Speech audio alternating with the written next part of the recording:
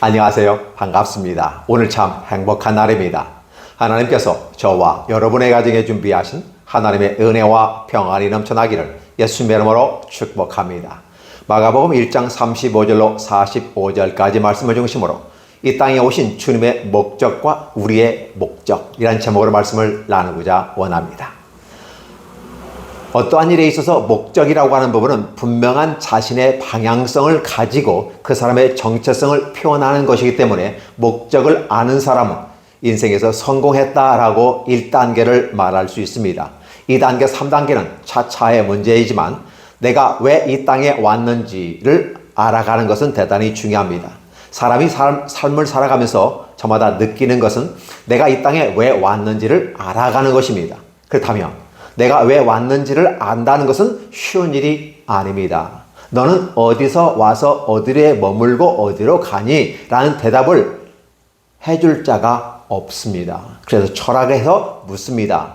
똑똑하고 지혜롭고 현명한 현자들이요, 인생은 어디도 와서 어떠한 삶을 살다가 어느 곳으로 가는지 알려주실 수 있습니까? 라고 물었을 때 나도 모른다가 정직한 대답입니다. 그러나 철학을 통해서 그 방법을 연구하였으나 결국은 그 대답을 찾는 이가 없다.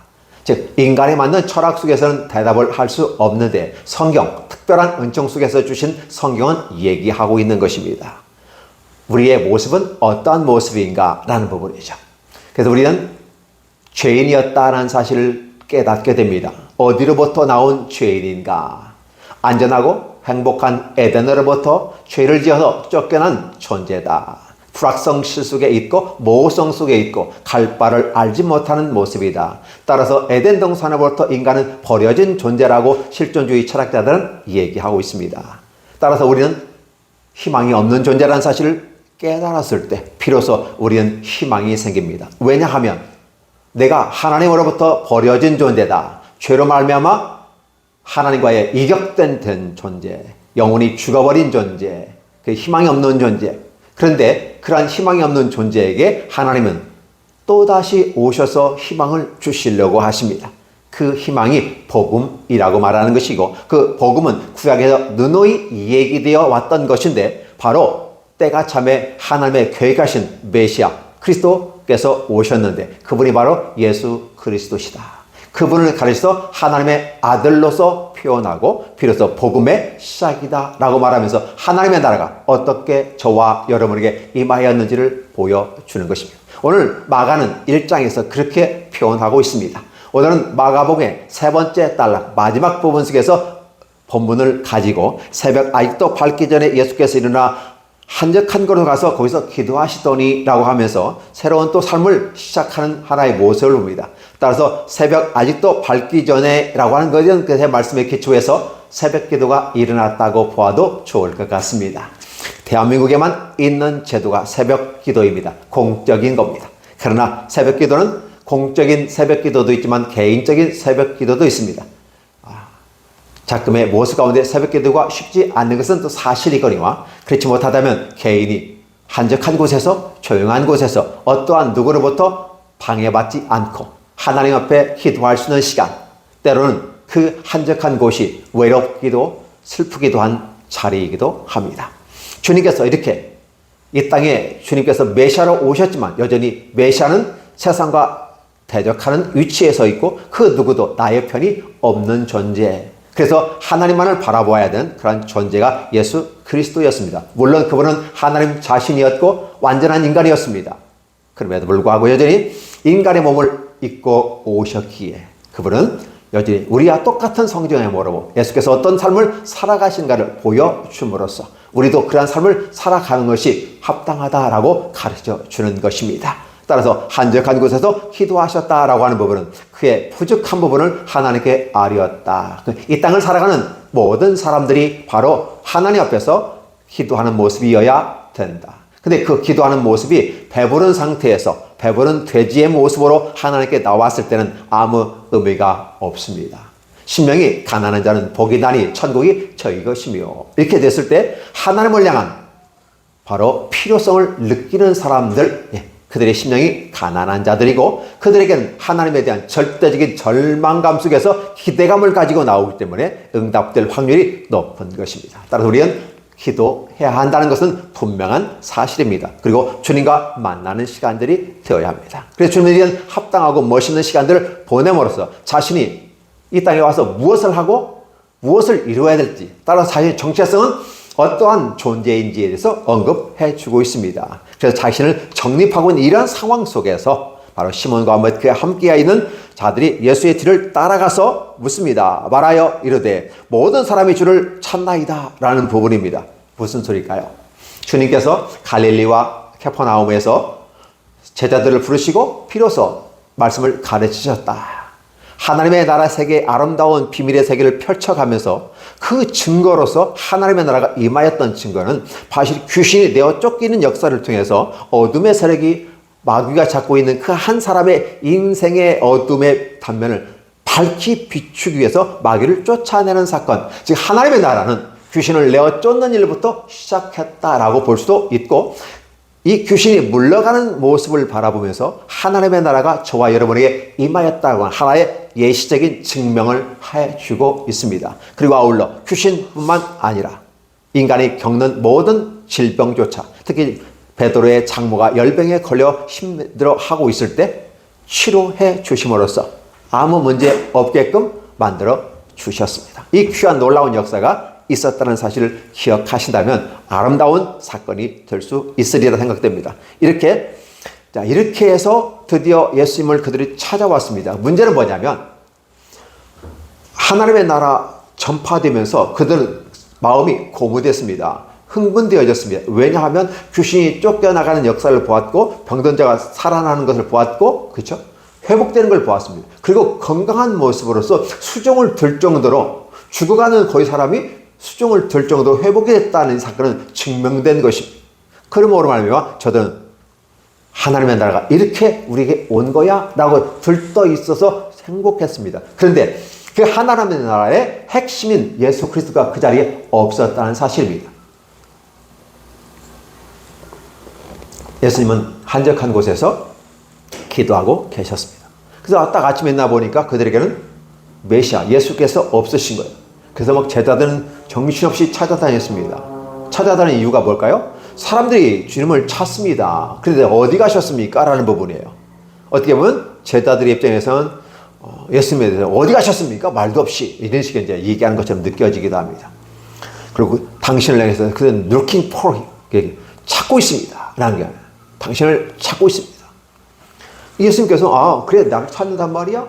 그래 이제 사람들이 비로소 나를 알아주기 시작했구나 이렇게 하실 것 같은데 전혀 다른 말을 합니다. 동문서답을 하는 것이죠. 우리가 다른 마을로, 가까운 마을로 가서 복음을 전도하자. 나는 이를 위해서 왔노라 하시고, 그래서 예수께서 이 땅에 오신 목적을 분명하게 해주십니다. 내가 복음을 전하기 위해서 왔다라는 부분이에요. 이 복음을 전하기 위해 왔다, 전도하러 왔다, 이 부분인데, 이 나라를 다른 말로 바꾸면 하나님의 나라가 이 땅에 임하도록 하기 위해서 왔다. 그래서 하나님의 나라가 이 땅에 임하는 방법이 복음을 전하는 것이다. 하나님의 나라는 아는 자가 하나님의 나라에 들어가는데 어떻게 알 것인가? 비로소 하나님의 말씀을 전할 때, 구약에서는 선지자들을 말미암아 신약에서는 사도들을 말미암아 전해준 복음. 근데 그 정점에 누가 있었다? 예수님이 계셨다라는 부분이에요. 그림자로서 바라보면서 하나님과 소통했던 선지자들의 모습과 실체를 바라보면서 경험을 했던 사도들이 전해준 복음이기 때문에 이 복음은 완벽한 복음이다라고 볼 수 있는 것이죠. 근데 그 복음은 사도들이 전해줬는데 구체 누구였더라? 예수께서 복음의 시작이었다. 그리고 예수님께서 가르쳐줄 일이 복음이었다. 가르쳐줄 뿐만 아니라 기적을 행하시고 표적을 나타내면서 그들에게 입증한 모든 것들이 다 복음이었다. 그리고 아울러 그 복음이 전파되는 가운데 함께 일어난 사건들, 한 여인이 예수님에게 옥합을 끼워서, 나도 한 옥합을 깨서 장례를 준비하는 이 사건도 복음에 들어가는. 왜 그러냐? 헌물을 해서 복음에 들어가는 것이 아니라 바로 이 여인은 자신의 귀하게 모셔왔던 것을 나의 장례를 준비하기 위해서 쏟아 부었다라고 말하면서 앞으로 어떤 일이 발생할 거다? 십자가에 못 박혀 죽는다는 사실을 암시적으로 표현해줘. 내 장례를 준비하였기 때문에 결국은 복음이라고 하는 것은 예수께서 우리를 위해서 죽으시고 살아나신 것이 복음의 핵심이기 때문에 이 여인이 행한 것은 바로 십자가에 못 박혀 죽으시고 모든 인류의 그 불행을 해결하기 위한 모습으로 답을 주셨는데 십자가의 길이었다. 그건 고통과 희생의 길이었지만 그건 사랑의 길이었다. 사랑이 아니고선 그걸 감당할 수 없었는데 바로 이 여인이 그것을 기리고 있었기 때문에 이 여인이 행한 일도 전파되어야 할 것이다 라고 말하면서 진정한 복음은 십자가에 못 박혀 죽으시기 위해서 예수께서 오셨다는 사실을 얘기하는 겁니다. 즉 복음을 전파한다는 말은 하나님의 나라를 전파한다는 것이고 하나님의 전파를 하기 위해서는 새로운 세계를 열어나가야 되는데 바로 그 새로운 세계를 열어나가는 그 모습이 구약에서 갇혔던 성소와 지성소 사이에 가로막혔던 인간이 하나님께 나아갈 수 없었던 제사장이 1년에 한 번 정도밖에 나아갈 수 없었던 그 길을 뚫어 새로운 길을 나가는 길이 바로 예수 그리스도께서 십자가에 못 박혀 죽으시는 일이었다. 이 땅에 오시는 것도 복음이지만 십자가에 못 박혀 죽으신 사건은 결정적인 신의 한 수였다라고 표현하면서 예수께서 십자가에 못 박혀 죽으시고 가로막힌 성소에 있는 휘장이 찢어짐으로써 누구든지 사제나 목사나 누구의 손을 거치지 아니하고도 직접 하나님께 제사장이 되어져서 나아갈 수 있는 길을 열어 놓으셨다라는 부분이 중요한 부분입니다. 이러한 부분으로 자신의 정체성을 표현합니다. 그리고 내가 이 땅에 온 목적을 이야기합니다. 따라서 우리들의 삶의 목적 가운데 와서 행복을 위해서 이 땅에 다 왔어요. 저와 여러분들이. 근데 저와 여러분들은 행복을 위해서 왔어요. 행복하게 살려고. 그런데 예수님은 이 땅에 오셨는데 뭐 하러 오셨습니까? 죽기 위해서. 어떻게 죽느냐? 온 인류의 죄를 씻기 위해서 십자가에 죽으셔야 된다는 역사적 사명을 갖고 오셨던 분이에요. 그래서 예수님의 오신 목적은 바로 십자가에 죽으시고 살아남으로써 인류에게 새로운 길을 열어주신 겁니다. 인간에게 그렇게 기회를 주었는데도 불구하고 해결하지 못했어요. 이스라엘 선민을 선택해서 그들로 말미암아 하나님의 백성으로서 온전한 길을 걸어가면 에덴 동산에서 진정한 안식을 얻을 수 있다고 강조했는데도 불구하고 그들은 그 일을 놓쳐버렸습니다.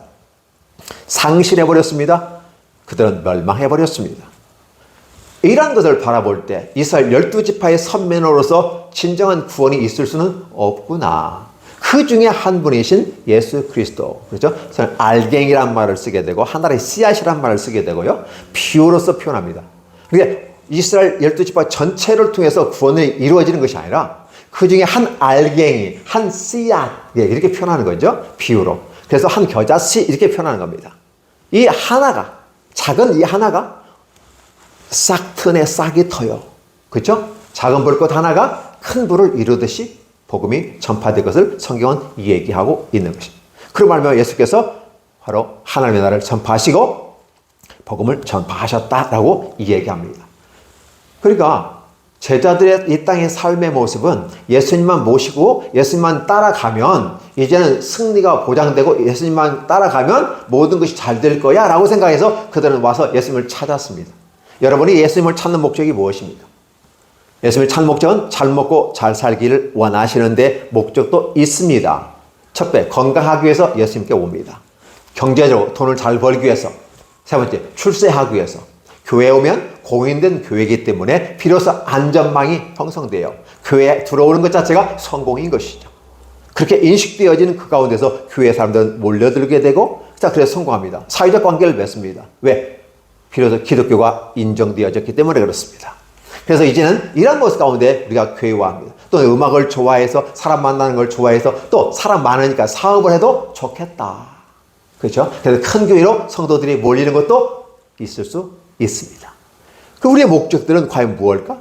내게 건강함, 경제적인 문제, 사회적인 문제, 또 자기의 재능과 능력을 개발하기 위해서, 또 사업을 위해서 교회에 오시지는 않았습니까? 라고 여러분에게 물으면 여러분들은 고개를 어느 정도는 끄덕끄덕 그럴 것입니다. 그러나 궁극적인 우리의 목적이 왜 교회에 왔습니까? 라는 부분이에요. 왜 교회에 왔습니까? 뒷부분에 가면 예수께서 나병 환자 하나를 치료하십니다. 그리고 그에게 말합니다. 절대 다른 사람에게 누구도 얘기하지 말고 오직 제사장에 가서 모세의 규례대로 내가 나았음을 입증하고 그에게 예물을 드린 다음에 내가 건강해져서 공동체로 돌아왔다는 확인서를 받아가지고 가라 라고 했습니다.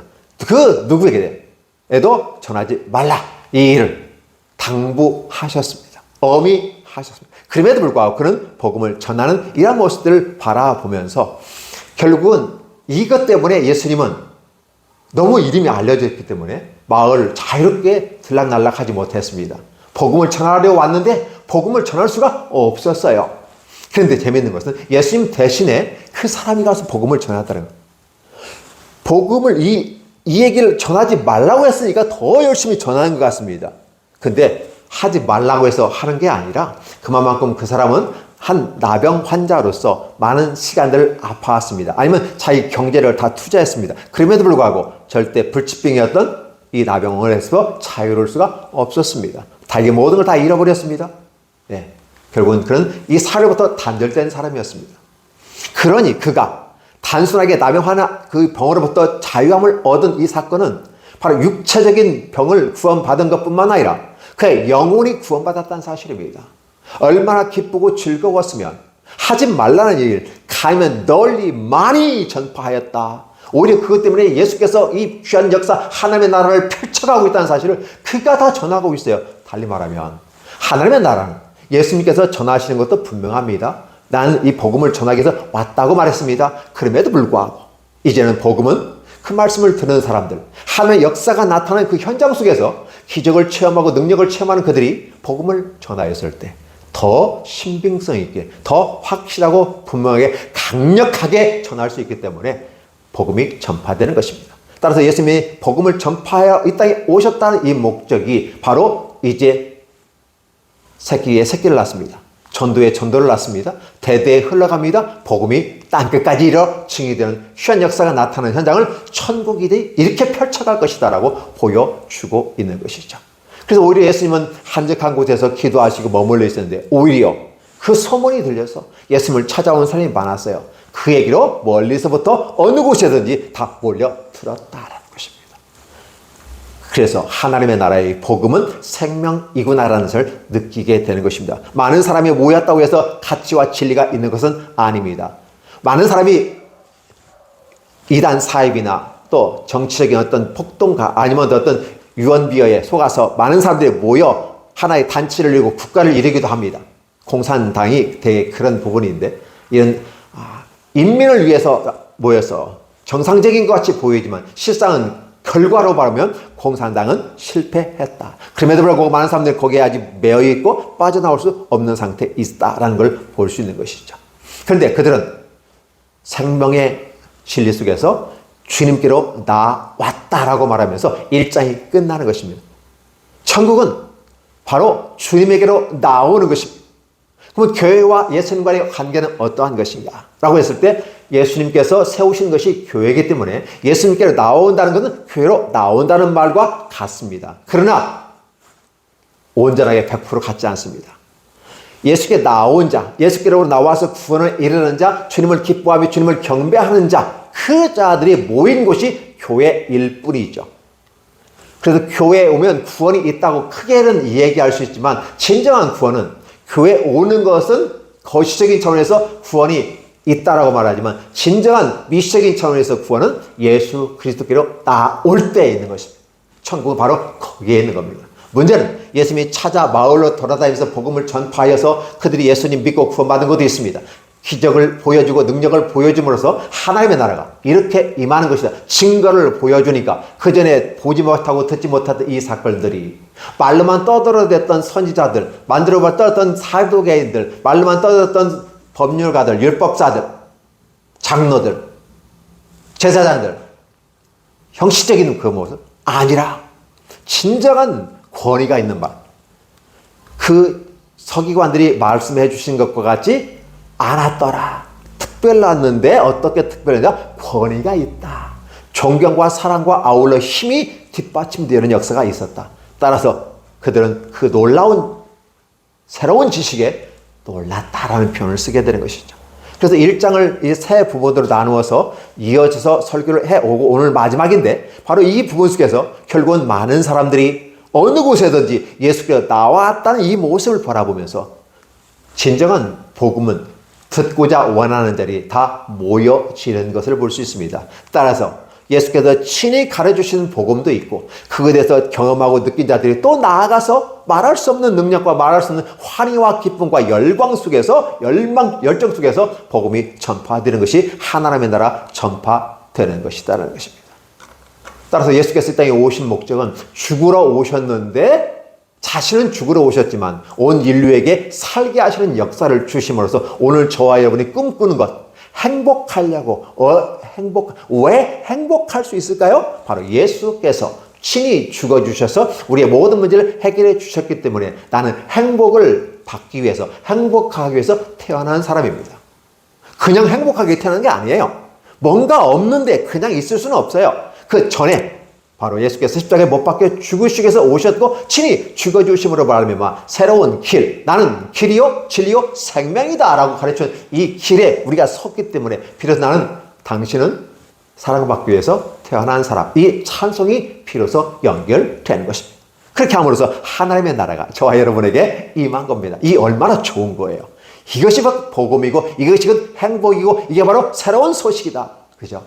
이 외에 다른 복음을 전하는 자는 저주를 받을지어다 라고 사도 바울이 얘기했는데 내가 전했던 복음 외에 나 자신이라 할지라도 다른 복음을 전하면 나도 저주받을 것이다. 달리 말하면 예수 그리스도 외에 다른 것이 복음이라고 설쳐되면서 내가 예수라고 말하는 사람들 마찬가지고 그를 쫓아다니는 사람들, 어둠의 자식들이라고 표현하는데 그러한 부분들이 있을 때 그들에게는 희망이 없다.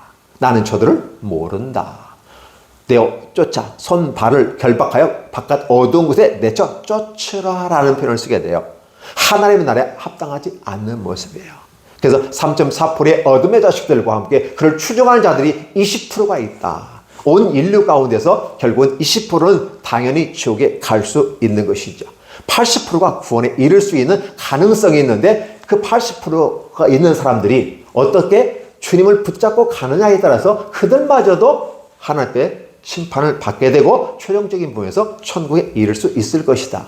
그러나 어둠의 자식과 그를 추종하는 그들에게는 여전히 지옥이 준비될 것이다. 이것은 통계학적으로 말할 수 있는 것입니다. 이유는 왠지 몰라요. 3.4%는 완벽하게 적그리스도의 모습으로 돌아서 있게 됩니다. 희한한 일이에요. 하나의 원리가 그렇게 형성이 되어졌습니다. 그렇다 보면 오늘 우리의 20% 구원받기로 작정된 사람, 왜 20%가 지옥에 가기로 작정됐다면 20%는 완벽하게 구원받기로 두 가지 축이 있습니다. 나머지 가운데 한 몇 프로일까요? 20, 20이니까 100%가 되려면 60%가 있죠. 이 60%의 모든 사람들이 복음의 대상자들입니다.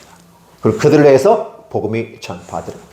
누가 구원받기로 작정되었는지 우리는 알지 못합니다. 그래서 때가 되든지 안 되든지 기회가 되든지 안 되든지 들어가든지 나오든지 문설주에 말씀을 기록하고 그 말씀을 묵상하고 그 말씀을 살아가면서 만나는 모든 사람들에게 복음을 전하지만 그가 구원받을지 안 받을지 우리는 몰라요. 교회에 나온다고 했어도 그 사람이 구원받을지 안 받을지도 몰라요. 무슨 소리예요? 교회에 나오면 구원이 있다면서요? 예, 맞아요. 교회에 나오면 구원받을 가능성이 50%는 됩니다. 왜 그럴까요? 세상은 이미 심판받았고 유일하게 심판하지 않은 곳이 있는데 그게 교회라는 것입니다. 근데 교회에는 바로 뭐가 있냐면 종교와 신앙의 세계가 있어요. 교회는 양과 염소가 있어요. 그래서 성경에서는 양과 염소를 구별한다는 말을 써요. 누가 양이고 누가 염소일 것인가 라는 부분이에요. 그 판단은 오직 주님께서 판단하십니다. 양은 천국 백성으로 천국에 들어가고 염소는 지옥 백성으로서 지옥에 갑니다. 그러니까 세상 사람들은 이미 다 지옥에 가 있고 심판이 내려지면 바로 심판을 이미 받은 거니까 집행이 이루어지면 끝나는 것입니다. 근데 교회는 아직 심판도 안 받았어요. 왜냐하면 마지막에 보루이니까. 그래서 여기에서 과연 이 교회 안에 들어와 있어도 여전히 종교 생활을 하는 사람들이 있어요. 종교 생활, 기독교라는 이름으로 종교 생활하고 천주교라는 이름으로 종교 생활하는 이들이 다 구원에 이르기 힘든 부분들입니다. 양에 아니라 염소의 위치에 있다고 우리는 추측하고 감히 구별해 볼 수가 있습니다. 그러나 누가 그들인지는 모릅니다. 그리스도의 정교이든지 아니면 로마 교회든지 아니면 개신교회든지 기독교는 이 세 가지를 기독교라고 말합니다. 이 안에 구원받을 사람이 있고 구원받지 못할 사람이 있다는 사실. 근데 그걸 마지막에 심판하기 때문에 우리는 몰라요. 그래서 세상을 향해서 복음이 전파되어서 그들을 주님께로 돌아오게 하는 것이 우리들의 목적이고, 아까 이게 나병 환자가 나아가서 널리 전함으로 그 소리를 듣고 많은 사람들이 주님께 오게끔 만드는 이 사건이 대단히 중요합니다. 그리고 아울러서 이 교회에 들어온 사람들 중에서 그게 무슨 소리예요? 듣고 들어온 사람들입니다. 그들에게 가능성과 기회가 있는 겁니다. 들었는데도 불구하고 나오지 않는 사람들이 있습니다. 그들은 이미 내버려 두십시오. 아무리 내가 노력한다고 그분 되지 않습니다. 근데 이 말씀을 듣고 바깥에 나가 들은 이 복음들이, 전파된 말씀들이 듣고 그들이 몰려왔을 때 비로소 가능성이 있는 거고, 그래서 교회에 딱 그래 들어와 보니까 교회 양과 염소가 구별되는데, 들어오자마자 양과 염소가 구별되는 건 아니겠죠. 삶을 살아가면서 진정으로 하나님을 향한 그런 모습으로 신앙으로 가면서 기독교 안에 들어와, 이 기독교는 아까 세 종류가 있습니다. 로마교회, 개신교회, 그 다음에 그리스도교회. 이 세 가지에 들어와 있는데 종교 생활하면 희망이 없는 거죠. 그러나 그 위에서 신앙의 꽃을 피워나간다면 그 사람에게는 희망이 있는 거다. 결국은 주님께서 천국을 우리에게 말씀하시는데, 천국을 말씀하기 앞서서 복음의 시작이라고 말하면서 천국을 얘기하고 있어요. 구약에 말하는 이 천국, 영생에 이르는 길에 대해서 바로 천국으로 표현하고, 바로 그 길이 복음의 길이었다라고 말하고, 그 복음의 길이 예수 그리스도부터 간다. 예수께서 시작하셨고 예수께서 가르치시고 행하신 모든 일, 그 복음의 전쟁 중에서 필요한 모든 관련된 것들이 다 복음의 역사 속에서 전파되는 겁니다. 그러니까 우리는 신앙 간증을 통해서 이 복음 전파를 많이 할 수도 있습니다. 그러나 신앙 간증도 조심스러운 것은 자기 자랑이 되면 안 되는 것이죠. 간증이라고 하는 부분은 주님께서 나에게 이렇게 해 주셨습니다. 나는 부족함에도 불구하고, 이게 핵심 주제입니다. 그런데 간증을 듣다 보면 한 번은 좋은데 두 번, 세 번 같은 간증을 하다 보면 이게 포장이 되어져서 자기 자랑이 들어갑니다. 나는 이렇게 해서 결국은 이런 기적을 체험했어 라는 경우 간다면 그것은 독이 된 종교성이 있는, 그렇죠? 그런 간증은 안 듣는 게 좋습니다. 진정 하나님의 영광이 드러나는 거예요. 오늘 한 나병 환자가 당신이 원하시면 나를 깨끗하게 할 수 있습니다. 엎드려 간구하여 이르되 했어요. 그러면 당신이 원하신다고 하는 부분은 당신은 능력자이고 힘 있는 분이기 때문에 나를 고칠 수 있습니다 라는 부분이었어요. 그가 간구하여 이르면서 주십시오 주십시오 라는 그게 아니라 당신을 경배합니다. 찬양합니다. 찬양과 경배를 통해서 나의 이 모습을 주님 불쌍히 여겨서 굽어 살펴주십시오. 당신이 원하시면 하실 수 있습니다. 그러니까 당신이 원하지 않다면 어쩔 수 없겠죠. 그러나 당신은 내게 해주시길 원하는 간절한 열망을 가지고 쳐다보았을 때, 이 쳐다봄, 바라봄, 그게 바로 신앙이 되는 것이죠. 하나님은 이것을 우리는 불쌍히 긍휼히 여기셨다라는 말로 예수께서 불쌍히 여기사 내가 원하노니, 하나님이 원하신다는 겁니다. 내가 병마로부터 회복, 나병 환자로부터 회복되는 걸 내가 원한다. 내가 이 땅에 온 이유는 어둠의 권세를 내어 쫓고 질병을 내어 쫓고 죄로 말미암아 있는 모든 것들을 다 내어 쫓아버리고 너로 하여금 자유를 주게 한 건데, 내가 그렇게 나한테 무릎 꿇고 간절히 나를 찬양하면서 나의 능력이 너한테 나타나기를 원한다고 하니 당연히 나는 너에게 해줄 수밖에 없지 않겠느냐. 하나님의 나라는 이와 같은 것이야 하고서 빅 클린 깨끗함을 받아라 라고 얘기했을 때 그대로 되어버리는 것입니다. 할렐루야. 오늘 저와 여러분들에게도 이러한 귀한 역사가 있기를 예수님의 이름으로 축원합니다. 자, 정리합니다. 주께서 오신 이 땅의 목적이 무엇인지 아시지요? 그분은 죽기 위해서 오셨습니다. 왜? 우리를 살리기 위해서. 그래서 우리의 목적은 그 은혜 위에서 행복하기 위해서 태어난 게 우리 인생의 목적입니다. 그래서 주님과 함께 행복하십시오. 그러나 내가 행복할 수 있는 조건이 갖춰지려면 예수 그리스도가 전제가 되어야 되고, 예수 그리스도 밑바탕을 깔은 이 기초석을 깔은 반석 위에 여러분이 서셔야 됩니다. 이 반석이 바로 교회이고 말씀이게 되는 것이죠. 그래서 그 위에 여러분의 믿음이 세워져 간다면 여러분들은 주님과도 행복한 시간들을 겪고 누리며 나눌 수 있으리라 생각됩니다. 오늘 한 나병 환자가 예수님을 만나고 귀한 경험하고 나아가서 많이 모든 사람들에게 그 은혜를 전파하니까 그들이 큰 목소리를 들고 예수께서 마을로 들어가는 게 제한됐지만 오히려 그들이 예수님을 쫓아오는 이 귀한 역사, 바로 복음이 이렇게 시작되고 천국은 시작되었다는 사실을 일장에서 빵 터뜨리면서 선언하는 것입니다. 오늘 저와 여러분과 또 여러분의 가정에, 여러분의 교회에 하나님의 은혜와 축복이 넘쳐나기를 예수님의 이름으로 축복합니다. 기도합니다. 하나님 감사합니다. 무한한 사랑과 은혜로 우리를 이끌어 주셨습니다. 그 크신 은혜 가운데 인도하시는 주님을 찬양합니다. 이 말씀을 듣는 모든 사람들에게 하나님의 은혜와 평안이 있게 하시고, 한 나병 환자가 예수님을 만나 불쌍히 긍일히 여김을 받으시는데 그로 말미암아 삶의 기적이 나타납니다. 이 귀한 역사가 주님 안에서 나병 환자에게 이루어진 것처럼 오늘 우리 모든 성도들, 이 말씀을 듣는 우리 모두에게 똑같이 임할 수 있도록 축복하여 주시옵소서. 예수님의 이름으로 기도하옵나이다. 아멘.